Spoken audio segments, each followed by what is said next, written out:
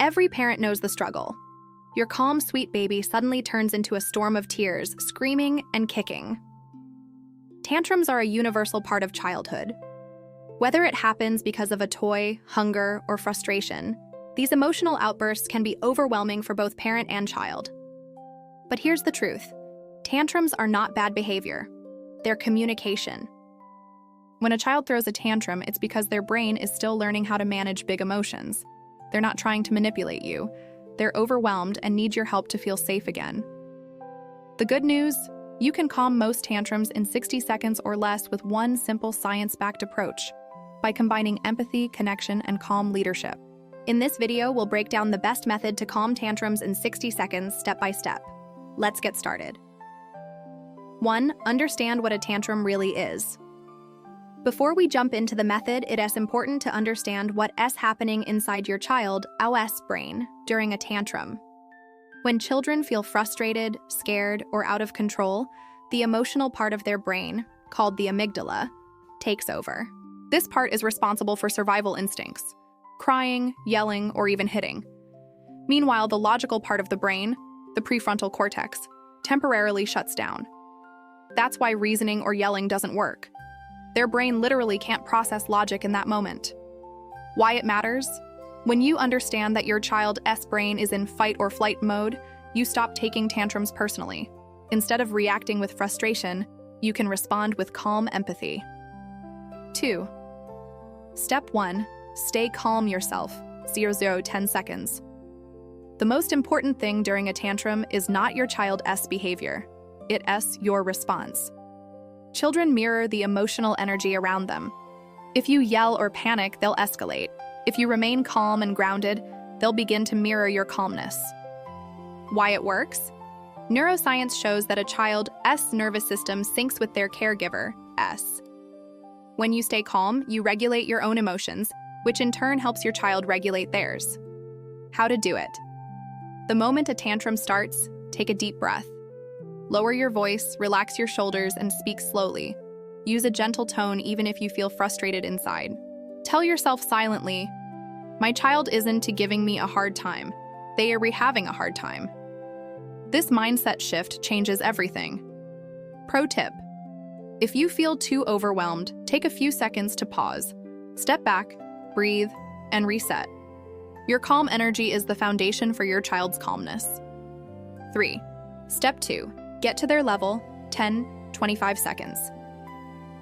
Instead of towering over your child or talking from a distance, physically lower yourself so you're at eye level.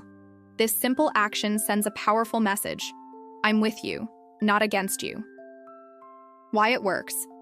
Eye contact and proximity trigger a sense of safety. Your child's brain starts to recognize you as a source of comfort, not threat. This connection helps them begin to calm down faster. How to do it? Kneel or sit beside your child. Make gentle eye contact. Don't force it if they turn away. Keep your voice soft and steady. You can say, "I see you're upset," or "You're having a tough time right now." Avoid phrases like "stop crying" or "calm down" because these can make your child feel dismissed. Pro tip: place your hand gently on their shoulder or back if they allow it. Physical reassurance helps regulate their heartbeat and stress levels. 4. Step 3. Offer connection and physical comfort, 25-40 seconds. Once you've lowered yourself and acknowledged their feelings, the next step is to offer connection. Children calm down faster when they feel seen and loved, not when they're told to be quiet. Why it works? Physical touch releases oxytocin, often called the love hormone, which lowers stress and increases feelings of safety. When your child feels safe, the emotional storm starts to subside. How to do it? Offer a hug or simply sit close. If your child resists touch, that's okay. Just stay near and let them know you're available when they ready. You can say, "I'm right here when you need me." Stay patient and avoid trying to talk them out of their feelings. Silence, presence, and patience often work faster than words. Pro tip: match your child's energy with calm consistency. If they're crying loudly, speak softly. If they're quieting down, lower your tone even more.